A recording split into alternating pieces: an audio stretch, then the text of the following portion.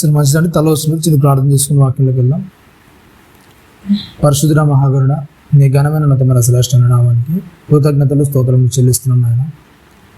మరి ఒకసారి నేను మూలందరినీ ఆయన సజీవ లెక్కలో దాచినైనా నీ కృపలో భద్రపరిచి మరలా నాయన నీ సన్నిధిలో చేరినాయన మా బ్రతుకులను సరిచేసుకునగలుగుటకు నాయన మరలా నాయన మీ వాటలు వినగలుగుటకు మీరు ఇచ్చిన గొప్ప భాగ్యాన్ని బట్టి కృతజ్ఞతలు స్తోత్రములు చెల్లిస్తున్నాను నాయన.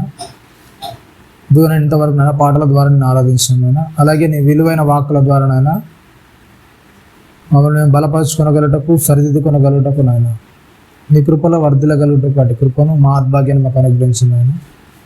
చెప్పనైనా నేను తగ్గించుకుని నీ వాక్యాన్ని హెచ్చించగలుగుటకు నేను మహిమపరచగలుగుటకు అటు కృపను మా ఆత్భాగ్యం అనుగ్రహించమని క్రీస్తు వారి అతి పరిశుద్ధమైన నామమున ప్రార్థనను అడివేడుకుంటున్నాం తండ్రి. ఆమేన్. ఇప్పుడు వచ్చిన అందరికీ ప్రభు రక్షణ క్రీస్తునామంలో వందనాలు చేస్తుందండి. మంచిది ఆత్మీయ పోరాటం క్రైస్తవుని యుద్ధం అనే విషయాన్ని గురించి మనం ఆత్మీయ యుద్ధం క్రైస్తవుని పోరాటం అనే విషయాన్ని గురించి మాట్లాడుకుంటున్నాం. పోయిన ఆదివారం మరి కనికరం అనే విషయాన్ని గురించి మనం మాట్లాడుకున్నాం గత 2 ఆదివారాల్లో. ఈరోజు కొద్దిగా ముందుకెళ్ళి ఇంకొన్ని విషయాల గురించి మాట్లాడుకుందాం. కీర్తనలు 15వ కీర్తన ప్రారంభ వచనం నుంచి 3 వచనాలు.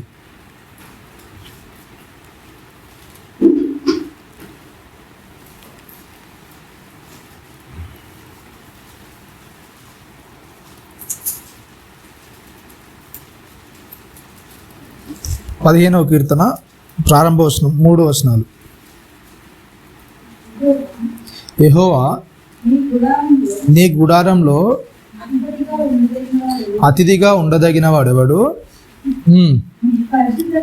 నీ పరిశుద్ధ పర్వతం మీద నివసింపదగిన వాడెవడు? యథార్థమైన ప్రవర్తన కలిగి నీతిని అనుసరించుచు హృదయపూర్వకముగా నిజం పలుకువాడే. అట్టివాడు నాలికతో కొండెంలాలడు, ఏంటంటే తన చెలికానికి కీడు చేయడు, ఏంటంటే తన పొరుగు వాని మీద ఏం చేయడంట? నింద అనేది మోపడు. ఏమని చెప్తున్నాడు ఇక్కడ దావీదు గారు తన కీర్తన రాసి చెప్పారు ఏంటంట, దేవుని గుడారంలోనికి మనం వెళ్ళాలంటే, దేవుని గుడారంలో మనం నివసించాలంటే, అంటే పరలోకంలోనికి మనం అతిథిగా, అంటే పరలోకంలోనికి మనం ఆహ్వానించబడాలంటే, అవును కదా, పరలోకంలోనికి మనం వెళ్ళాలంటే ఎలా ఉండాలంట? అందులో నివసించాలంటే ముఖ్యంగా మనకు ఉండాల్సిన కొన్ని క్వాలిటీస్ అనేది అక్కడ చెప్తున్నాడు. ఏమని చెప్తున్నాడు అంటే, యథార్థ ప్రవర్తన కలిగి ఎలా ఉండాలంట? నీతిని అనుసరించి హృదయపూర్వకంగా నిజం పలుకువాడంట. ఎలా ఉండాలంట? ఎట్లా ఉండాలండి? యథార్థ ప్రవర్తన కలిగి నీతిని అనుసరించి హృదయపూర్వకంగా ఏం చేయాలంట? ఏం చేయాలి చెప్పండి? హృదయపూర్వకంగా నిజం పలకాలి. అంటే మన నిజం అనేది ఎలా ఉండాలి చెప్పండి? ఎలా ఉండాలంట? హృదయపూర్వకంగా నిజం ఉండడం అంటే ఏంటి? మామూలుగా నిజం చెప్పడం వేరంట, హృదయపూర్వకంగా నిజం చెప్పడం వేరంట. నిజం చెప్పడం అంటే ఏంటి? హృదయపూర్వకంగా నిజం చెప్పడం అంటే ఏంటి?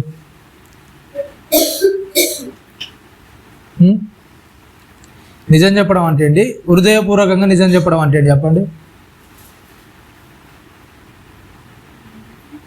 నిజం చెప్పడం అంటే ఏంటి? హృదయపూర్వకంగా నిజం చెప్పడం అంటే ఏంటి? ఒక వ్యక్తి దొంగతనం చేశారు అనుకోండి, నేను దొంగతనం చేశాను అని చెప్పడం ఏంటి చెప్పండి? అతడు నిజమే చెప్తున్నాడు, ఓకేనా? దొంగతనం చేస్తాడని నిజమే, కానీ ఆ దొంగతనం చేయాలనే ఆలోచన ఎప్పటి నుంచి ప్రారంభమైంది అతనికి? ఆ వ్యక్తికి ఆ దొంగతనం చేయాలనే ఆలోచన ఎప్పటి నుంచి ప్రారంభమైంది అంటే, ఒక వస్తువును చూసినప్పటి నుంచా, లేకపోతే ఒక వ్యక్తి దగ్గర ఉన్నదాన్ని దోచుకోవాలన్న దగ్గర నుంచా? ఒకవేళ హృదయపూర్వకంగా నిజం ఒప్పుకునే వ్యక్తి ఏం చేస్తాడంటే, తను ఎక్కడి నుంచి ప్రారంభమైందో ఆ ప్రారంభ స్థితి నుంచి ఏం చేస్తాడు చెప్పండి? ఏం చేస్తాడు? తన ఒప్పుకుంటాడు అనమాట. అంటే ఈ విధంగా తప్పు చేయడానికి నేను ప్రోత్సహించబడ్డాను, ఈ విధంగా నేను తప్పు చేయడానికి ముందుకు, అంటే ప్రారంభ దశ నుంచి ఏం చేస్తాడు? తాను సరిదిద్దుకోవడానికి ఇష్టపడతాడు, ఓకేనా? రైట్. నిజం చెప్పడం వేరు, హృదయపూర్వకంగా నిజం చెప్పడం వేరు. ఏ స్థితిలోనైనా సరే కొన్ని సందర్భాల్లో మీరు చెప్తున్న అబద్ధమైన ఒక వ్యక్తికి తెలిసినప్పుడు మీరు ఏం చేస్తారు చెప్పండి? నిజం చెప్తారా, హృదయపూర్వకంగా నిజం చెప్తారా? ఎట్లా చెప్తారండి? ఒక వ్యక్తికి మీరు చేసే తప్పని తెలిసినప్పుడు ఆ వ్యక్తి ముంగట మీరు దొరికిపోయినప్పుడు నిజం చెప్తారా, హృదయపూర్వకంగా నిజం చెప్తారా? ఏం చేస్తారు చెప్పండి? జస్ట్ ఏం చేస్తారు అక్కడ? నిజాన్ని మాత్రం చెప్తారు తప్ప పూర్తి వివరణ అనేది అక్కడ ఏం కూడా ఇవ్వరు. ఓకేనా? రైట్. చాలా విషయాల్లో ఏం చేస్తారంటే ఒక వ్యక్తి నిజంగా దేవుని మందిరంలోకి వెళ్ళాలంటే, దేవుని గుడారంలో ప్రవేశించాలంటే ఆ వ్యక్తి ఏం చేయాలంట? హృదయపూర్వకంగా నిజాన్ని చెప్పడానికి సిద్ధంగా ఉండాలి. అటు వాడు ఏం చేయాలంట? నాలుకతో గుండెమాలుడు, తన చెలుకానికి ఎలాంటి కీడు చేయడు, తన పొరుగువాని మీద ఏం చేయడంట? ఏం చేయడు? నింద. తన పొరుగువాని మీద ఏం చేయడంట చెప్పండి? ఎట్టి పరిస్థితుల్లో కూడా నింద అనేది మోపడానికి ఇష్టపడడు. తన పొరుగు అంటే తను చేసిన తప్పును బట్టి, తనకు జరిగిన ఏదో పరిస్థితిని బట్టి అవతల వ్యక్తి మీద ఏం చేయడు? నింద అనేది. అంటే చాలా పరిస్థితుల్లో మనం ఏం చేస్తామంటే, ఏదైనా తప్పు జరిగిందంటే ఏం చేస్తాం చెప్పండి? ఆ వ్యక్తి అలా చేయడం వల్ల, లేకుంటే ఆ వ్యక్తి అలా ప్రవర్తించడం వల్ల అలా చేశాను అని చెప్తే ఏం చేస్తాం మనం? నింద అనేది వేయడానికి ఇష్టపడుతుంటాం. మత్తయి సువార్త ఒకసారి చూడండి. మత్తయి సువార్త 20వ అధ్యాయము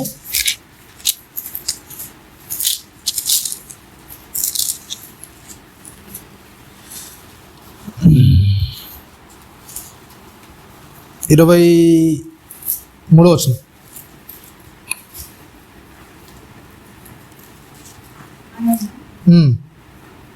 24వ వచనం చదవండి. 24వ వచనం. తక్కిన 10 మంది శిష్యులు ఆ మాట విని ఆ ఇద్దరు సహోదరుల మీద కోప్పడు. ఇక్కడ సందర్భం ఏంటో మీకు తెలుసు కదా ఆల్రెడీ. ఏమైందంటే యేసుక్రీస్తు వారి దగ్గరికి వచ్చి జబదయి కుమారుల ఇద్దరు వచ్చి ఏం చేస్తారు? అడుగుతారట. ఫస్ట్ దల్లెడుతుంది, తర్వాత దల్లెడినప్పుడు తర్వాత వాళ్ళు కూడా వచ్చి అడుగుతారు, నీ కుడి పక్కన ఒకరు ఎడమ పక్కన ఒకరు ఉండడానికి మాకు స్థలం అనేది సిద్ధపరచు ప్రభు అని అడుగుతారు. అడిగిన సందర్భాల్లో ఏమైందంటే వాళ్ళు ఆ శిష్యుల మీద ఏం చేస్తున్నారు? వాళ్ళిద్దరి మీద కోప్పడుతున్నారు అనమాట. కోప్పడుతున్నప్పుడు చెప్తున్నాడు అక్కడ కింది వచనంలో, గనుక యేసు తన యుద్ధకు వచ్చిన వారిని పిలిచి అన్యజనుల్లో అధికారులు ఏంటంట?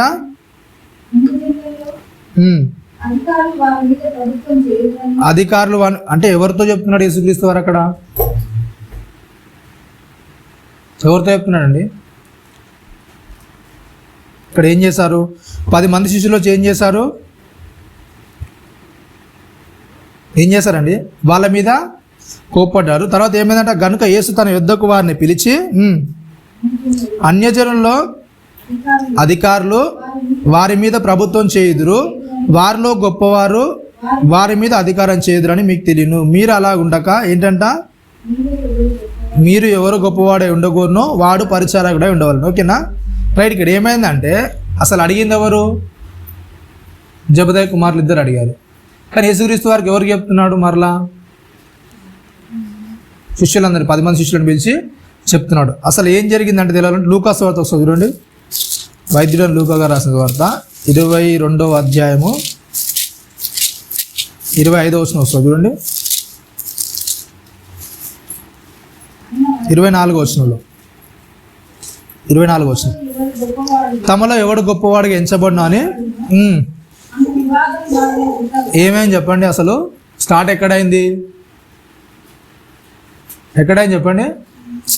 వాళ్ళలోకి వాళ్ళకి వివాదం పుట్టింది. వివాదం పుట్టిన తర్వాత ఏం చేస్తారంటే వీళ్ళిద్దరిని ముందుకు చూస్తారు. ఓకేనా? జబదయి కుమారులు ఇద్దరిని ఏం చేశారు? ముందు వస్తారు. ఎందుకు? తిట్లు పడ్డాయి అనుకో వాళ్ళకు పడతాయి. ఏమన్నా వస్తే సమాధానం వస్తే అందరు దొరికేస్తా. అవునా కదా? తిట్లు అయితేనే వాళ్ళిద్దరికి వచ్చేస్తే. అవునా కదా? ఆల్రెడీ వీళ్ళకు కొద్దిగా ఏమైందంటే వివాదం పుట్టింది. అసలు ఎవడు గొప్పడని వివాదం పుట్టింది. పుట్టినప్పుడు ఏం చేశారంటే అందరూ కలిసి ప్రభువారి దగ్గరికి వెళ్ళకుండా ఏం చేశారు?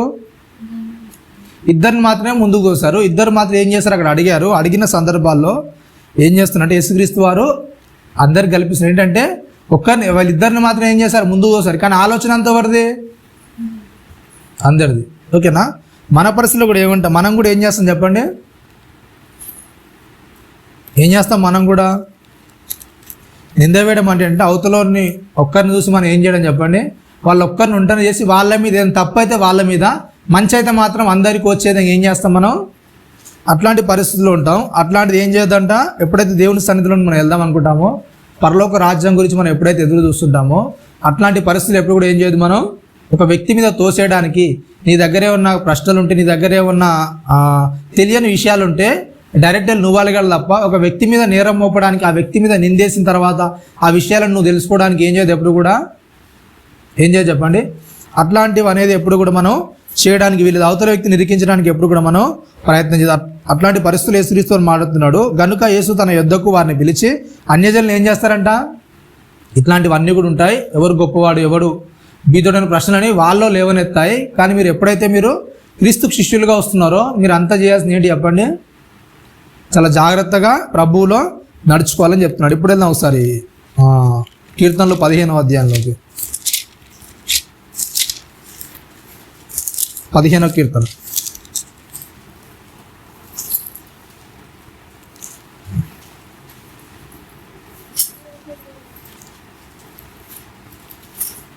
నీ పరిశుద్ధ పర్వతం మీద నివసింపదగిన వాడెవడు? యథార్థమైన ప్రవర్తన కలిగి నీతిని అనుసరించి హృదయపూర్వకంగా ఏంటంట నిజం పలుకువాడే. ఓకేనా? రైట్. అట్లాంటి పరిస్థితుల్లో మనం ఉంటే మనం ఏం చేస్తాం చెప్పండి? మరి ఒకవేళ ఏదైనా విషయాన్ని తెలుసుకొని కుతూహలం మనలో ఉంటే ఒక వ్యక్తికి ముందుకు దోసి మరలు ఏం చేస్తుంటే చెప్పండి? అక్కడ జరిగిన సందర్భం ఏంటంటే అందరికీ వచ్చిన క్వశ్చను, సరే ఏదో అడిగాడు అయిపోయింది కదా, ప్రభువారు దానికి సమాధానం ఇస్తుంటే వీళ్ళందరూ ఏం చేస్తున్నారు? 10 మంది కలిసి ఏం చేస్తున్నారు? చదివారు అక్కడ సరిగా? 10 మంది కలిసి ఏం చేస్తున్నారంటే వాళ్ళ మీద ఏం చేస్తున్నారు? కోప్పడుతుంది. అంటే మాకేం తెలియదు, చేసిందంతా వీళ్ళే అని ఏం చేస్తున్నారు చెప్పండి? వాళ్ళ మీద ఏం చేస్తున్నారు? కోప్పడడానికి ఇష్టపడ, అంటే వాళ్ళ మీద ఏం చేస్తున్నారు? కోప్పడుతూ ఆ తప్పంతా చేసింది ఎవరని చూపించడానికి ఇష్టపడుతున్నారు. చేసి వీళ్ళిద్దరే తప్పు చేశారు, మాకేంటంత సంబంధం లేదనే విధంగా ఏం చేస్తున్నారు? ఒకరి మీదనే నింద మోపడానికి ప్రయత్నం చేస్తున్నట్టుగా మనం చూస్తున్నాం. అట్లాంటి పరిస్థితులు ఏంటి చెప్పండి? ఎప్పుడు కూడా ఆ విధంగా మనం చేయడానికి సాహసం అనేది చేయదు. ఒక వ్యక్తి మీద నిందమో ఒక్కరినే తప్పు చేస్తే వారిగా నిందించే విధంగా ఎప్పుడు కూడా మన ప్రయత్నం అనేది జరిగించకూడదు. ఒక వ్యక్తి మీద మనం నేరం మోపడానికి ఏం చేయదు, ఎప్పుడు కూడా చేయొద్దు. చాలామంది అంటే చాలా ప్రశ్నలు ఉంటాయి, కానీ ఏం చేస్తారు చెప్పండి? అవి తెలుసు, ఓకేనా, అవి అడిగితే నేను కూడా అడగాలనుకుంటాం, కానీ ఏం చేస్తాను చెప్పండి? ఓ వ్యక్తి అడిగినప్పుడు ఏం చేస్తారు? అది ఆ విషయం నీకు కూడా తెలుసుకోవాలంటుంది, కానీ ఆ వ్యక్తిని ఏం చేస్తారు చెప్పండి? మీరు నిందిస్తారు, తిడతారు. అవునా కదా? అదేంటి అలా అడుగుతున్నావు ఏంటి అంటే నీకు కూడా ఉంటుంది ఆ క్వశ్చన్ అనేది. కానీ అవతల వ్యక్తి అడగసారి నేను చేస్తాను, అవతల వ్యక్తిని ఏం చేయాలనుకుంటావు? నువ్వు చెడు చేయాలనుకుంటావు. ఆ వ్యక్తిని నువ్వు ఒక చెడు వ్యక్తిగా క్రియేట్ చేయడానికి నువ్వు ఏం చేస్తావు? నీ ప్రయత్నం అనేది నువ్వు కొనసాగిస్తావు. అట్లాంటిది ఎప్పుడు కూడా చేయదంటే, ఎప్పుడైతే ఒక దేవుని గుడారంలో మనం వెళ్ళాలనుకుంటున్నామో ఎట్లాంటి పరిస్థితులు ఉన్నా సరే ఏం చేయాలంటే హృదయపూర్వకంగా నిజం పలకాలి. నాలుకతో ఎప్పుడు కూడా ఏం చేయొద్దంట? కొండెంలాడొద్దు. తన చెలికానికి ఏం చేయొద్దంట? కీడు చేయడానికి ఎప్పుడు కూడా ప్రయత్నించొద్దు. తన పొరుగువాని మీద ఎప్పుడు కూడా ఏం చేయొద్దంట? నింద మోపొద్దు. ఎట్లాంటి పరిస్థితుల్లో కూడా ఒక వ్యక్తి మీద మనం ఏం చేయొద్దంట? అవతల వ్యక్తిని బ్లేమ్ చేయడానికి ఎప్పుడు కూడా మనం సిద్ధపడద్దు. ఎట్టి పరిస్థితుల్లో కూడా ఒక వ్యక్తి మీద మనం నిందేయడానికి వీల్లేదు. అవతల వ్యక్తి మీద నిందలేసే పని ఎవరిది చెప్పండి? ఎవరిది? అపవాది. అవును కదా? ఎవరిని మినుగుతున్నా ఏం చేస్తాడు వాడు? అందరి మీద ఏం చేస్తాడు చెప్పండి? నింద వేస్తుంటాడు. అలాంటి వాడు ఇలాంటి వాడు అన్నీ కూడా ఏం చేస్తాడు? నిందలు మోపడానికి ప్రయత్నం చేస్తున్నాడు. కాబట్టి అట్లాంటి నిందలు మోపే ప్రయోజనంలో మనం కూడా ఏం చేయదు చెప్పండి? అలాంటి దాంట్లో మనం పాలిభాగస్థులం కావద్దు నిందలు మోపేవారిగా. అంటే ఏదో మనకు జరిగిన దాన్ని బట్టి ఒక వ్యక్తి నిందించడం కానీ, లేకుంటే ఆ వ్యక్తి మీద తప్పుడు అభియోగాన్ని మోపడం కానీ ఎప్పుడు కూడా మనం ఏం చేయొద్దు. చాలా విషయాలు మనకు వచ్చిన అనర్థాలను బట్టి ఏం చేస్తాం చెప్పండి? ఒక వ్యక్తిని బ్లేమ్ చేస్తుంటాం. అవును కదా? మనకైన అనర్థాన్ని బట్టి, మనకు జరిగిన నష్టాన్ని బట్టి ఇంకొక వ్యక్తి ఏం చేస్తాం చెప్పండి? ఇంకొక వ్యక్తి మీద ఆ వ్యక్తి ఇలా చేశాడు, ఆ వ్యక్తి వల్ల ఇలా జరిగింది. అవునా కదా? చాలా విషయాల్లో అలాంటి దానిలోనికి మనం అలాంటి పద్ధతిలోనికి వెళ్ళడానికి ఇష్టపడతాం. ఒకవేళ నిజంగా మనం దేవుణ్ణి ఎరిగిన వారం అయితే, నిజంగా దేవుణ్ణి తెలుసుకున్న వారం అయితే ఏం చేస్తాం చెప్పండి? చాలా జాగ్రత్తగా నడుచుకుంటుంటాం. ఈరోజు అనుకుంటా, ఈరోజు నేను నా ఫేస్బుక్లో ఒక పోస్ట్ అనేది వచ్చింది. ఏంటంటే ప్రవీణ్ కుమార్ గారు ఉన్నారు కదా, ఆయన పోస్ట్ మార్టం రిపోర్ట్ అనేది రిలీజ్ చేస్తుందన్నమాట. ఈరోజు సాయంత్రమో లేకుంటే నిన్న సాయంత్రమో రిలీజ్ చేసేటప్పుడు ఏం చేస్తారంటే పోలీసులు అందరూ కూడా ఒక కర్ఫ్యూ అనేది విధించారు. ఏంటంటే ఎవరు కూడా, అంటే క్రైస్తవ సంఘాలు కానీ క్రైస్తవ నాయకులు కానీ ఎవరు కూడా ఏం చేయొద్దంటే ఎలాంటి సభలు కానీ ఎలాంటి మీటింగ్స్ కానీ ఏవి కూడా ఏం చేయొద్దు. ఆ పోస్ట్ మార్టం రిలీజ్ అయ్యే సమయాల్లో ఆ సమయానికి ఏవి కూడా ఎలాంటి సంఘాలుగా మీరు కూడుకొని ఎలాంటి ప్రకటనలు చేయడానికి కానీ ఎలాంటి సభలు నిర్వహించడానికి కానీ వీల్లేదు. ఎందుకంటే ఒకవేళ పోస్ట్ మార్టం రిపోర్ట్లో ఏముందో మనకు తెలియదు, కానీ ఒకవేళ నిజంగా అది ఎవరైనా చేశారనుకోని ఏమవుతుంది చెప్పండి? గొడవలు అల్లరు జరగడానికి కారణం అవుతుందేమో. అంటే శాంతి భద్రతల దృష్టిలో పెట్టుకొని వాళ్ళు ఏం చేస్తారంటే అలాంటి ప్రకటన తీయడం అనేది జరిగింది. నిజంగా ఒక క్రైస్తవుడికి ఎలా ఉండాలి చెప్పండి? ఎలా ఉండాలి అంటే ఒక పోలీసులు ఏం చేస్తారు చెప్పండి? చాలామంది అనుకోవచ్చు ఏంటంటే పోలీసులు ఏం చేస్తున్నారు, క్రైస్తవుని చూసి ఏం చేస్తున్నారు చెప్పండి? భయపడుతున్నారు. అవునా కదా? అంటే క్రైస్తవుని చూసి భయపడుతుంది. నిజంగా ఒక క్రైస్తవునికి ఉండాల్సిన పేరు నామం ఏంటి చెప్పండి? ఎలా ఉండాలి? ఏ విధంగా ఉండాలి చెప్పండి? అంటే అవతల వ్యక్తి మనల్ని చూస్తే భయపడే విధంగా ఉండాలా? అవునా కదా? ఒక వ్యక్తి మనల్ని చూస్తే భయపడాలా? అమ్మో క్రైస్తవులు అంతా ఎగబడి ఏదో చేస్తారు అనే విధంగా ఒక వ్యక్తి భయపడే విధంగా మన యొక్క ప్రవర్తన అనేది ఉండాలి చెప్పండి? ఎలా ఉండాలి మరి? క్రైస్తవుడు అంటేనే శాంతికి సమాధానానికి ప్రతీకగా ఉండాలి. అట్లాంటి పరిస్థితుల్లో ఒక పోలీసులు కర్ఫ్యూ విధిస్తున్నారంటే మరి క్రైస్తవులుగా ఎలాంటి వారిగా మరి ప్రయత్నం చేస్తున్నారు? అవునా కదా? ఎట్లా ఉంటున్నాం క్రైస్తవులుగా? మన దృష్టిలో మరి ఎలా ప్రవర్తిస్తున్నాం మనం? అవునా? ఒక సంఘటన జరిగిందంటే అవతల వారి మీద నేరం మోపడం ఏదో చేయడం కాదు, కానీ ఒక క్రైస్తవులుగా మన బాధ్యత ఏంటి అసలు? అవునా కదా? సమాధానంగా ఉండాలి. దేవుడు ఇచ్చే తీర్పు గురించి మనం ఎందుకంటే ఏ మనిషి కూడా ఏం చేయాలి చెప్పండి? సరైన తీర్పు అనేది ఇవ్వలేడు. ఎందుకంటే మనుషుల చేతిలోనికి వెళ్తే అది సరైనది అవ్వచ్చు, కాకపోవచ్చు. కానీ ఎప్పుడైతే దేవుని చేతిలోనికి వెళ్తుందో ఆ తీర్పు అనేది ఏం చేస్తుంది చెప్పండి? సరైనదిగా వస్తుంది. దేవుడు మనకు న్యాయాన్ని కంపల్సరీగా తీరుస్తాడు. కాబట్టి క్రైస్తవునిగా మనం ఉండాల్సిన పద్ధతి ఏంటంటే ఎవరి మీద కూడా ఏం చేయాలి చెప్పండి? నింద అనేది మోపకుండా చాలా జాగ్రత్తగా మన ప్రవర్తన అనేది ఏం చేసుకోవాలి? కాపాడుకుంటుండాలి. ఎట్లాంటి పరిస్థితుల్లో కూడా ఒకరి మీద నింద వేయడానికి కానీ అవమానపరచడానికి కానీ ఎట్లాంటి పరిస్థితుల్లో లేనే లేదు. అంటే ఈ మధ్యన ఒక పాస్టర్ కూడా ఏం చేసి రేపు 3వ తారీఖు అనుకుంటా ఎఫ్ఐఆర్ అనేది ఫైల్ అయింది. అవునా కదా? ఉప్పల్ స్టేషన్లో అజయ్ బాబు అనే పాస్టర్ మీద ఎఫ్ఐఆర్ అనేది ఫైల్ అయింది. ఎందుకంటే అతడు ఏదో అవతల మత గ్రంథాలను ద్వేషిస్తున్నాడు, అవతల ఒక మత గ్రంథాల మీద ఏదో ప్రచారం చేస్తున్నాడని. అలాంటి దానివల్ల ఏమైపోయింది చెప్పండి? కేసు అనేది ఫైల్ అయింది. అంటే ఒక క్రైస్తవునికి ఏమవుతుంది చెప్పండి? చాలా జాగ్రత్తగా మన మాట్లాడే విధానం కానీ అవతల ప్రవర్తించే విధానం కానీ చాలా జాగ్రత్తగా ఏం చేయాలి? అవతలతో నడుచుకునే విధానం అనేది ఉండాలి. అంటే ఇంటర్వ్యూలో కూడా చాలామంది చెప్తుంది ఏంటంటే అజయ్ బాబు అనేవాడు ఫాస్టరే కావచ్చు అండి, కానీ ఏంటంటే అతను మాట్లాడే పద్ధతి అనేది ఏంటి చెప్పండి? బాగోలేదు. అవునా కదా? అంటే ఒక క్రైస్తవునిగా మనకు ఉండాల్సిన సాక్ష్యం ఏంటంటే మన మన యొక్క ప్రవర్తన అనేది దేవునికి ఒక మాదిరికరంగా కనబడుతుంది. మనం మాట్లాడే మాట, మనం ప్రవర్తించే ప్రవర్తన అనేది ఒక క్రైస్తవుని చూపిస్తుంది. అంటే అవతలలో తెలిసిన జ్ఞానం అనేది కూడా మనకు లేకుండా ఎలా చెప్పండి? అవునా కదా? అంటే ఒక పాస్టర్ గురించే కాదు, మనం కూడా బయట సమాజంలో బ్రతుకుతున్నామంటే అసలు ఏ విధంగా అంటే ఒక క్రైస్తవునికి తగ్గట్టుగా అవతలలో చెప్తున్నారు. అవునండి, క్రైస్తవులు అంటే క్రీస్తుకు జిరాక్స్గా ఉండాలి, క్రీస్తుకు ఒక నీడలాగా అవతలలో నడవాలి, క్రైస్తువుని అనుసరిస్తుందంటే మరి ఇదేంటి? క్రైస్తవులు ఇలా లేరేంటి? అవునా కదా? ఒక రోడ్ల మీద మామూలుగా బయట వ్యక్తులు చేసే విధంగా నినాదాలు, అలాగే అరుపులు, అలాగే కేకలు, అంటే బయట వాళ్ళు ఎలా చేస్తున్నారు అలానే చేస్తున్నారు. క్రైస్తవులకు అంటే బయట ఉన్న వాళ్ళకు వీళ్ళకు పెద్ద తేడా ఏమీ కూడా లేదు అనే విధంగా ఒక క్రైస్తవుని పద్ధతి ఉంటే ఎలా చెప్పండి? అవునా కదా? అంటే క్రైస్తవునిగా క్రీస్తుని అనుసరించాల్సిన వ్యక్తులు, క్రీస్తును నడుచుకోవాల్సిన వ్యక్తిత్వం అనేది ఏం చేస్తుంది చెప్పండి? రాను ఏమైపోతుంది? కరువైపోతుంది. అంటే క్రీస్తులో ఉండాల్సిన భావజాలం అనేది క్రీస్తుని నమ్ముకున్న మనలోనికి ఏమైపోతుంది చెప్పండి? రాలేకపోతుంది. అవతలను నిందించడం, అవతల మీద ఏదో విధంగా విరుచుకుపడ్డం, ఇలాంటివన్నీ పరిస్థితులు ఏం చేస్తున్నాయి లోపల? అంటే సమాజంలో చూస్తున్న పద్ధతులను బట్టి, సమాజంలో పెరుగుతున్న విధానాన్ని బట్టి మనుషులు ఏం చేస్తున్నాయి చెప్పండి? ఆ భావోద్వేగాలు అనేవి చెలరేగిపోయి అవతల వ్యక్తిలో మనం క్రైస్తవులు అనే విషయాన్ని ఏం చేస్తున్నాం? మర్చిపోతున్నాం. ఓకేనా? అట్లాంటి పరిస్థితుల్లో మనం మర్చిపోతున్న విషయంలో యేసుక్రీస్తు వారు గుర్తు చేసి చెప్తున్నాడు. ఏంటంటే ఇక్కడ దావీదు గారి కీర్తన రాస్తూ చెప్తున్నాడు, ఎప్పుడైతే ఒక దేవుని సన్నిధిలోనికి మనం వెళ్దాం అనుకుంటామో, దేవుని సన్నిధిలో దేవుని సహవాసంలో మనం ఉండాలనుకుంటామో ఆ వ్యక్తి ఏం చేస్తాడు చెప్పండి? హృదయపూర్వకంగా నిజమే మాట్లాడతాడు. అలాగే ఏం చేస్తాడంట?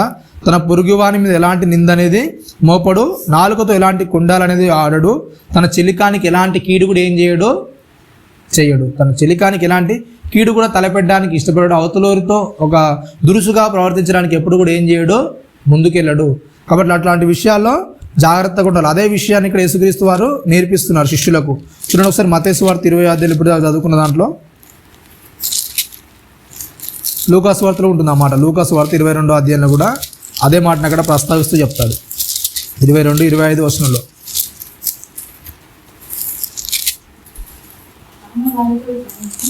ఆయన వారితో ఇట్లనను అన్యజనులలో అన్యజనులలో రాజులు వారి మీద ప్రభుత్వం చేయుదురు, వారి మీద అధికారం చేయువారు ఉపకారులు అనబడుదురు. మీరైతే అలాగుండరాదు. మీలో గొప్పవాడు చిన్నవాని వలెను, అధిపతి పరిచారకుని వలెను ఉండవలెను. గొప్పవాడెవడు? గొప్పవాడెవడు క్వశ్చన్ వేస్తున్నాడు. భోజన పంక్తిన కూర్చుండువాడా, పరిచర్య చేయువాడా? పంక్తిన కూర్చుని వాడే కదా. అయినను నేను మీ మధ్య పరిచయ చేయువాని వల్లే ఉన్నాను. నా శోధనలో నాతో కూడా నిలిచి ఉన్నవారు మీరే గనుక నా తండ్రి రాజ్యమును నియమించినట్లుగా నా రాజ్యములో నా బల్ల యొద్ద అన్నపానలు పుచ్చుకొని సింహాసనం మీద కూర్చుండు ఇజ్రాయేలు 12 గోత్రముల వారికి మీరు తీర్పు తీర్చుటకై నేను మీకు రాజ్యమును నియమించి ఉన్నాను. ఏమని చెప్తున్నారు చెప్పండి? ఏంటంట అక్కడ చెప్తే యేసుక్రీస్తు వారు మాట్లాడి చెప్తున్నారు, ఎప్పుడైతే నువ్వు ఒక సరి అయిన క్రైస్తవునిగా నడుస్తావో నువ్వు మనుషులను తీర్పు తీర్చడం కాదు, మనుషులను గురించి ఏదో తక్కువ చేయడం కాదు. ఏంటంట, ఒక అధికారం అనేది నేను ఇస్తాను, ఒక రాజ్యం అనేది మీకు ఇస్తాను, ఆ రాజ్యంలో మీరు పరిపాలించే విధానం అనేది నేను ఇస్తాను అని చెప్తున్నాడు. అంటే ఎప్పుడైతే మనం సరి అయిన విధంగా నడుచుకుంటామో క్రైస్తవుని బాధ్యత అనేది మనం లోకంలో నెరవేర్చగలుగుతాం. ఏం చేస్తాం చెప్పండి? చాలా జాగ్రత్తగా మనం ముందుకెళ్ళగలుగుతామో అట్లాంటి దానిలోనికి మనం ప్రవేశిస్తాం. చూడండి, ఇంకా మాట్లాడుతున్నాం. సీమోను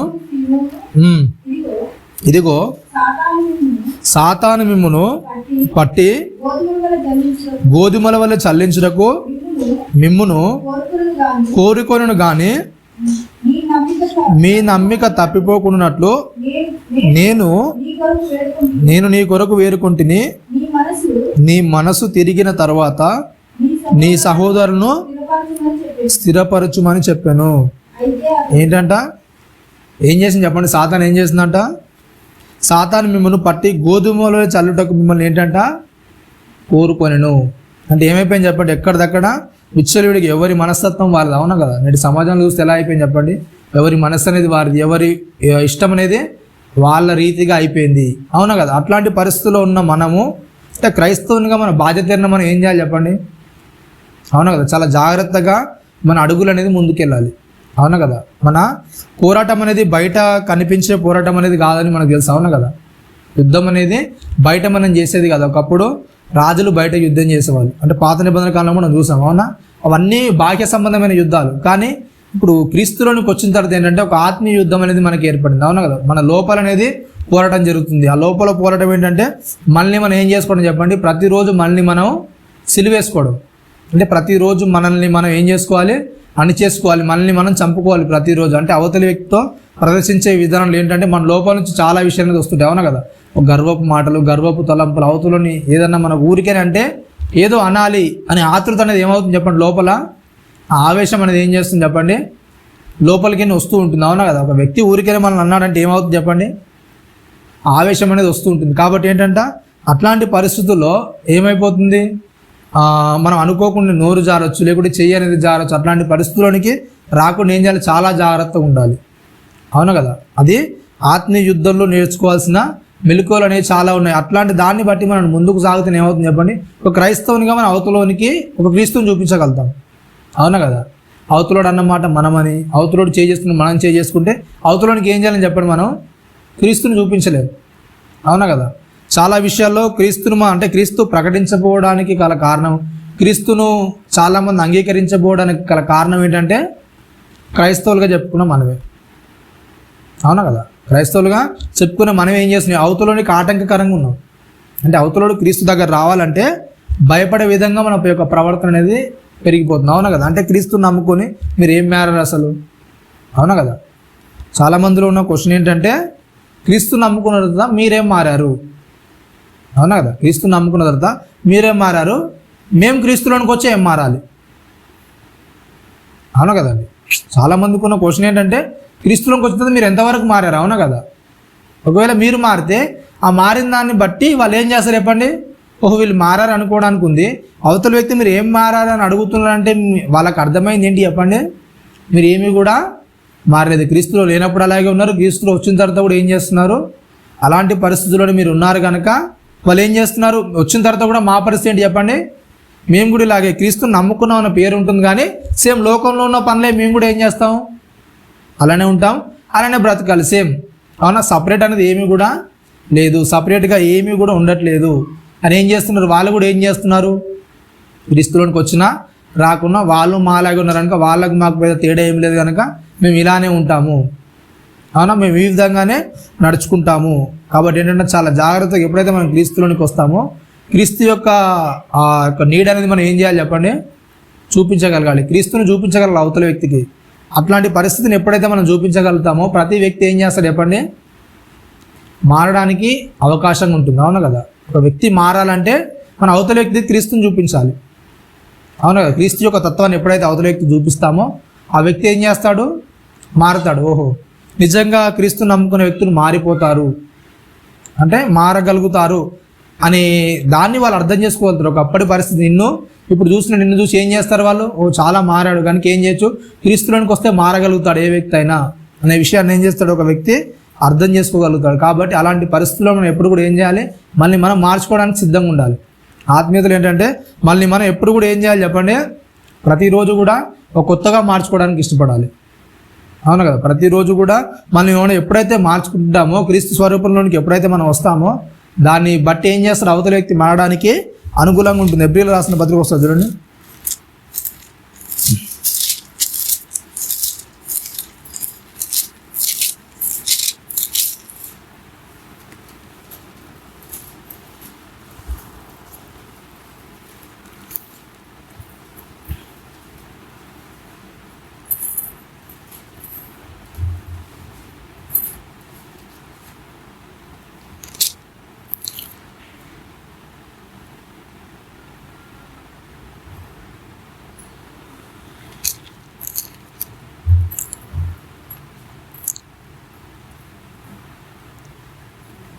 తొమ్మిదో అధ్యాయం చూడండి.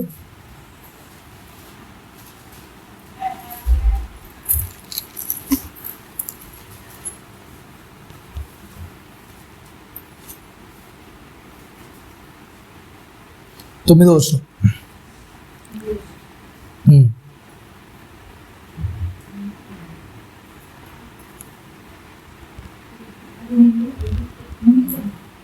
తొమ్మిదో అధ్యాయం 9వ వచనం. ఏంటంటే ఆ గుడారము ఏంటంటే ప్రస్తుత కాలమునకు ఉపమానముగా ఉన్నది. ఈ ఉపమాన అర్థమును బట్టి మనస్సాక్షి విషయంలో ఆరాధకునికి సంపూర్ణ సిద్ధి కలుగజేయలేని అర్పణలను బలులను అర్పింపబడి చున్నవి. ఇవి దిద్దుబాటు కాలం వరకు జరుగుచూ వచ్చి విధింపబడి అన్నపానలతోనూ నానా విధములైన ప్రక్షాళనతోనూ సంబంధించిన శరీరాచరణలు మాత్రమే ఉన్నవి. అయితే క్రీస్తు రాబోచున్న మేలు విషయమై ప్రధాన యాజకుడిగా వచ్చి తానే నిత్యమైన విమోచన సంపాదించి హస్తకృతం కానిది అనగా ఈ సృష్టి సంబంధం కానిది మరియు ఘనమైనది పరిపూర్ణమైనదైన గుడారం ద్వారా మేకల యొక్కయు కోడల యొక్క రక్తంతో గాక తన స్వరక్తంతో ఒకేసారి పరిశుద్ధ స్థలంలో ప్రవేశించెను. 14వ వచనం. నిత్యుడగు ఆత్మ ద్వారా తన్ను తాను దేవునికి నిర్దోషిగా అర్పించుకున్న క్రీస్తు యొక్క రక్తము నిర్జీవ క్రియలను విడిచి జీవము గల దేవుని సేవించుటకు మీ మనస్సాక్షిని ఎంతో ఎక్కువగా శుద్ధి చేయని. ఏంటంట అంటే పాత నిబంధన కాలంలో చూస్తే ఏం చేస్తారు చెప్పండి? వాళ్ళు తమ యొక్క పాపాలను తమ యొక్క దోషాలను తీసుకేసుకోవడానికి ఏం చేశారు? బలు అనేది అర్పించారు. కానీ కొత్త నిబంధన కోసం ఏం చేశారు? యేసుక్రీస్తు వారు ఒకటేసారి బలి ఇచ్చారు. ఏంటా బలి అంటే మనస్సాక్షికి సంబంధించిన బలి. ఒకసారి ఎప్పుడైతే మనం క్రీస్తును మన రక్షకుడిగా అంగీకరిస్తామో ఏమవుతుందంట? అదే అంటే వాళ్ళ విషయాల్లో వాళ్ళు బలిస్తే ఏమైపోయింది చెప్పండి? అప్పటి వరకే మార్పు చెంది. అంటే అప్పటి వరకు వాళ్ళ పాపాలు పోయాను ఒప్పుకున్నారు. ఏం చేస్తారు? మరలా పాపాలు చేస్తారు, మరలా ఏం చేశారు? మరలా బలి అర్పించారు. అలాంటి పద్ధతిలో కాకుండా క్రీస్తు ఒకసారే బలిచ్చాడు. ఆ బలి ఇవ్వడాన్ని బట్టి ఏమైందంట? ఏమైంది చెప్పండి? మీ మనస్సాక్షికి ఎంత ఏంటంట? వాళ్ళది ఏంటంటే వాళ్ళ పాపాలని బట్టి వాళ్ళు ఏం ఒప్పుకున్నాను మరలా చేశారు. కానీ క్రీస్తులోనికి వచ్చిన తర్వాత ఏమైందంట? ఇది ఇంకా ఎక్కువ శుద్ధి. అంటే మన మనస్సాక్షిని ఏం చేస్తుంది చెప్పండి? శుద్ధి చేస్తుంది. మన మనస్సాక్షిని ఎంతో ఏం చేస్తుందంట?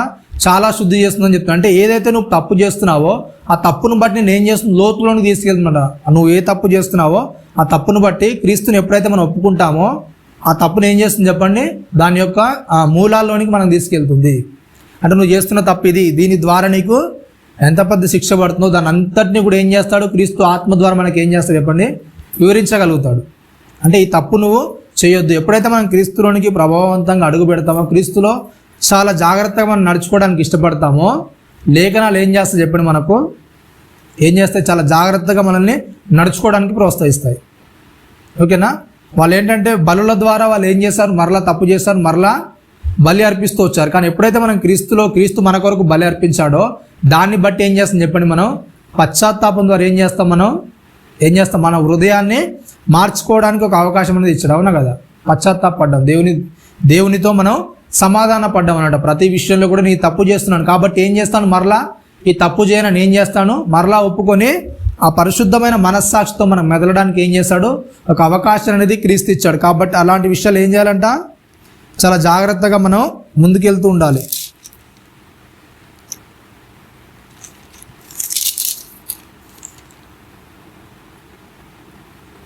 అయితే 6వ అధ్యాయం చూడండి, ఇంకా కొన్ని విషయాలు అనేది ఇక్కడ చెప్తున్నాడు.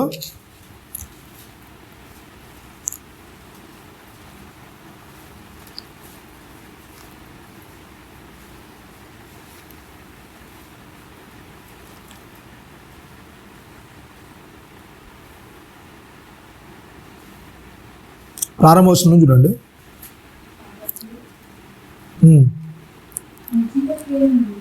ఏంటంట? నిర్జీవ క్రియలను విడిచి మారు మనసు పొందుటయు, దేవుని యందలి విశ్వాసము, బాప్తిసమును గూర్చిన బోధయు, హస్తనిక్షేపను, మృతుల పునరుద్ధానమును గూర్చిన బోధయు, నిత్యమైన తీర్పు అని పునాది మరలా వేయక క్రీస్తును గూర్చిన మూలోపదేశములు మానేంటంట? ఏం చేయాలంట? ఏం చేయాలని చెప్తున్నా అండి? సంపూర్ణలు కావడానికి సాగిపోవాలి. అంటే పాత విషయాలను మరలా ఏం చేయొద్దంట? ఏం చేయదు చెప్పండి? అలాంటి విషయాల గురించి మరలా ఏం చేసుకోవద్దు? మరలా ప్రస్తావించుకోక ఏం చేయాలంటే సంపూర్ణంగా, అంటే ఒక విషయాన్ని గురించి క్రైస్తవునికి ఒకసారి విన్నామంటే ఏం చేయాలి చెప్పండి? ఏం చేయాలి? ఆ విషయంలో మనం ఆచరణలో పెట్టడానికి సిద్ధంగా ఉండాలి. క్రైస్తవునిగా ఒక మాట అనేది మనం విన్నామంటే ఆ మాటను అనుసరించి ఏం చేయాలి? మన బ్రతుకు అనేది ఏం చేసుకోవాలి? ఆచరణలో పెట్టుకోవాలి. అంటే అపోస్తలుడైన పౌలు గారు రాస్తే ఏమని చెప్తున్నారంటే ఈ మాటలు మరలా వెయ్యొద్దని ఎందుకు చెప్తున్నానంటే, ఇప్పుడు 1వ క్లాస్ చదివిన పిల్లలు ఉన్నాడు అనుకోండి, మరలా ఏం చేస్తాడు? మరలా 1వ క్లాస్ చదవమంటే ఎన్నిసార్లు చదువుతాడు చెప్పండి? అవునా? ఒకసారి 2 సార్లు, ఒక 10 సార్లు చదవడం అనుకో, వాని పరిస్థితి ఏంటి చెప్పండి? బాగుంటుందా అది? అవునా? ఎప్పుడు వచ్చినా మీ చుట్టాలు ఆడితే వాడు 1వ క్లాస్ అంటే మీకు చెప్పడానికి ఏమైనా బాగుంటుందా? ఓకే, బాగుండదు కదా? అలాగే అపోస్తలుడైన పౌలు గారు ఏమని చెప్తున్నారంటే విన్న మాటలే మీరు ఎన్నిసార్లు ఇంకా పాటించకుండా ఉంటారు. ఓకేనా? క్షమాపణ తిన్నారు, కనికరం అనేది తిన్నారు, దయ అనేది తిన్నారు. ఇట్లాంటి విషయాలు మీరు వింటున్న మరలా దాన్ని విని మరలా సరి చేసుకోవడానికి, అంటే ఒకే విషయం ఎన్నిసార్లు వినడానికి ఇష్టపడతారు? ఇంకా ముందుకెళ్ళడానికి మీరు సిద్ధంగా ఉండరా? ఒక విషయాన్ని చెప్పిన తర్వాత ఆ విషయం మీద అవగాహన పెంచుకోవడానికి సిద్ధపడకుండా మరలా ఆ విషయాన్ని ఇంకో వ్యక్తి చెప్పడం, మరలా ఆ విషయాన్ని ఇంకో వ్యక్తి వివరించడము. అవునా? ఎందుకు? దానికి గల కారణం ఏంటంటే మీరు మార్పు చెందకపోవడం. అంటే మనిషిలో మార్పు అనేది రాకపోవడం, మరలా అదే మాట వినడము. ఈ పరిస్థితులను కాకుండా ఏం చేయాలంట? ఎప్పుడైతే ఒక మాటను వింటున్నామో దాన్ని పట్టుకొని ఇంకా ముందుకెళ్ళడానికి మనం సిద్ధపడాలి. అంటే వేరే విషయాలు మనం దేవుని జ్ఞానాన్ని సంపాదించుకోవడానికి ముందుకెళ్ళాలి. ఏంటంట? ఇలాంటి పునాదిని మరలా మూలోపదేశాలు మాని సంపూర్ణమగుటకి ఏం చేయాలంట? సాగిపోవాలి. అంటే క్రీస్తులోనికి మనం ఎప్పుడైతే వస్తున్నామో సంపూర్ణంగా అవడానికి సిద్ధపడాలి. అంటే ఇంకా నాలో ఉన్న లోపాలు ఏంటి? అంటే పాత విషయాలు కాకుండా తెలిసిన విషయాలు, తెలవని లోపాలు ఏమున్నాయి నాలో, తెలిసిన విషయాలు మానేసుకుంటూ ఇంకా తెలియని విషయాలు ఏమున్నాయి వాటి అన్నింటిని కూడా వెతుక్కుంటూ ఏం చేయాలంటే క్రీస్తులోనికి సంపూర్ణంగా అవడానికి సాగిపోవాలి. అవునా కదా? అట్లాంటి పరిస్థితుల్లో మరి తెలిసిన విషయాలు ఎన్ని వరకు మనం వదిలేసామని చెప్పండి? మనకు తెలిసిన లోపాలను, మనకు తెలిసిన తప్పులను ఎంతవరకు వదిలేసాం మనం? వదిలేసి మనకు తెలియని తప్పులు ఇంకా ఎత్తుక్కుంటూ వెళ్ళామో చెప్పండి. మనం ఇంకేదో మనకు తెలియకుండా తప్పు చేస్తున్నామేమో, ఇంకా క్రీస్తులో సరిగా నేను నడవలేకపోతున్నాము అని ఇంకా డీప్గా వెళ్ళడానికి మీరు సిద్ధపడ్డారు ఎప్పుడైనా? సిద్ధపడ్డారు లేదండి? అంటే తెలిసిన తప్పుల్ని మానేసుకుంటూ ఇంకేమైనా కొత్త తప్పులు నేను ఎత్తుకుంటే ఎప్పుడైనా మీరు డీప్గా మీరు ఎప్పుడైనా ఆలోచించారా? క్రీస్తులో ఇంకా నేను ఇది చేయలేకపోతున్నాను అనే ఆలోచనలోకి ఎప్పుడైనా వచ్చారా మీరు? వచ్చారు లేదా? ఇంకున్న తప్పులను ఎలా సరి చేసుకోవాలని అనుకుంటున్నారా? ఏంటంటే పాత విషయాలన్నింటినీ కూడా ఏం చేయాలంట, ఆ మూలోపదేశాలు మానేసి, అంటే వాటిని గురించి మీరు సంపూర్ణంగా మీకు తెలిసిన వాటి గురించి మీరు ప్రత్యక్షంలోనికి రండి. ఇంకేవైతే తెలియాల్సిన వాటిలను కూడా ఏం చేయండి చెప్పండి, క్రీస్తులాగా మీరు సాగడానికి సిద్ధపడండి. ప్రతి విషయాల్లో కూడా మనం చాలా జాగ్రత్తగా ఏం చేయాలి, క్రీస్తుని అనుసరించి మనం నడవాలి. ఎప్పుడైతే క్రీస్తుని అనుసరించి మనం నడుస్తామో, క్రీస్తు అడుగుజాల్లో మనం నడుస్తామో, అవతల వ్యక్తి ఏం చేస్తాడు, మనల్ని అనుసరించడానికి ఇష్టపడతాడు. అవునా? క్రీస్తు అడుగుజాడల్లో నడవడానికి ఇష్టపడతాడు. మీకు తెలుసలేదు, ఎప్పుడైతే ఒక వ్యక్తి యొక్క క్యారెక్టర్ అనేది, ఒక వ్యక్తి యొక్క మెంటాలిటీ అనేది, ఒక వ్యక్తి యొక్క మంచితనం అనేది బ్రతికుండగా ఏం చేయదు చెప్పండి? ఏం చేయదు? బ్రతికుండగా అది చాలా చిన్నదిగా కనబడుతుంది, చాలా చీప్గా కనబడుతుంది. అవును కదా? అందుకే మాట్లాడుతూ చెప్తాడు సొలొమోన్ గారు ఏంటంటే, ఒక జన్మదినం కంటే ఏంటంట మరణదినం మేలు. మరణదినం ఎందుకు మేలు అంటే, ఒక వ్యక్తి చచ్చిపోయిన తర్వాత ఏం చేస్తాడు చెప్పండి, వాని క్యారెక్టర్ బయటపడుతుంది. బ్రతుకున్నప్పుడు ఆయన క్యారెక్టర్ గురించి ఎవడు కూడా ఏం చేయడు చెప్పండి, ఆరాధియడు, దాని గురించి మాట్లాడు, దాని గురించి పెద్దగా పట్టించుకోడు. కానీ ఎప్పుడైతే ఒక వ్యక్తి చచ్చిపోతాడో, ఆ చచ్చిపోయిన తర్వాత ఏమవుతుంది చెప్పండి, అతని యొక్క క్యారెక్టర్ అంతా కూడా ఏమవుతుంది, బట్టబయలు అవుతుంది. ఎలాంటి వాడు, ఎలా ఉన్నాడు, ఎలా బ్రతికాడు, ఏ విధంగా అతడు ముందుకెళ్ళాడు అనే విషయాలన్నీ కూడా ఏం చేస్తారు చెప్పండి, ఆరాధిస్తుంటారు. ఎలా ఉన్నాడు, ఏ విధంగా బ్రతికాడు అనే విషయాన్ని. ఓకేనా? రైట్. ఈ చనిపోయే లోపల ఏం చేయాలంటే మనం ఏం చేయాలి చెప్పండి, సంపూర్ణంగా, అంటే ఒక వ్యక్తి పట్ల నీకు ఎలాంటి నింద అనేది లేకుండా, ఎలాంటి బ్యాడ్ క్యారెక్టర్ అనేది లేకుండా ఏం చేయాలి, నువ్వు జాగ్రత్త పడాలి. అంటే చాలా విషయాల్లో మనం ఏం చేస్తాం చెప్పండి, అవతల మన మీద నిందలు అవమానాలు వేస్తుండొచ్చు. అవునా? వేస్తారు. కానీ ఆ నిందల అవమానాలు ఒకరోజు ఏమవుతాయి చెప్పండి, తేలిపోతాయి. అవునా కదా? ఎందుకంటే క్రీస్తు మీదనే ఎన్నో నిందలు వేశారు. అవునా కదా? క్రీస్తు యొక్క క్యారెక్టర్ మీదనే ఎన్నో నిందలు వేశారు. అట్లాంటిది ఏమైపోయింది చెప్పండి, అది తేలిపోయింది. నిజంగా నువ్వు నిజ క్రైస్తవుని బట్టి ఎన్ని నిందలు నీ మీద పడ్డాక ఏమైపోతాయి చెప్పండి, అవి ఉండవు, తేలిపోతాయి. దేవుడు ఒకరోజు వాటన్నిటిని కూడా తొలగించు, నువ్వు నిజమైన క్రైస్తవుడిగా నిన్ను ముందు నిలబెడతాడు. అలాంటి క్రైస్తవునిగా నీ బ్రతుకు అనేది ఏం చేయాలి చెప్పండి, ముందుకెళ్ళాలి. ఓకేనా? అట్లాంటి దారిలో మనం వెళ్ళాలని కోరుకుంటూ ఈ మాటలు ముగిస్తాం. తల వంచుకోండి, ప్రార్థించుకుందాం. పరిశుద్ధుడ మహాగణుడా, నీ ఘనమైన ఉన్నతమైన శ్రేష్టమైన నామానికి కృతజ్ఞతలు స్తోత్రములు చెల్లిస్తున్నాం నాయన. ఇదిగో నాయన, అనేక విషయాల ద్వారా నేను మేము పురికొల్పబడిన ఆయన, నీలో బలము కలిగి నాయన నడుచుకోగలుగుటకు, వర్ధిల్లగలుగుటకు నాయన, మా యొక్క నాయన ఆత్మీయతను మేము పెంపొందించుకోగలుగుటకు నాయన, నీలో ఉన్నతంగా నీ వాక్యం ద్వారా నాయన మమ్మల్ని మేము సరి చేసుకోగలుగుటకు మీ యొక్క ఆత్మ సహాయాన్ని మాకు అనుగ్రహించింది ఆయన. విన్న ప్రతి మాట నాయన మా హృదయంలో నాయన, మా హృదయాలను ప్రేరేపించబడిన ఆయన, వాటిని అనుసరించి మా బ్రతుకులను కట్టుకొనగలుగుటకు నాయన, నీలో ఉన్నతంగా ఎదగలుగుటకు మీ సహాయాన్ని మాకు అందించింది ఆయన. అలాగే జరగనున్న బల్లలోను పాఠ్యంతరంలో తోడుగా ఉండినైనా నీ విలువైన మాటలు ఇంకా నేను అర్థం చేసుకునగలుగుటకు, నీలో వృద్ధి చెందగలుగుటకు అటు కృపను మా ఆత్మగా మాకు అనుగ్రహించమని క్రీస్తు వారి పరిశుద్ధమైన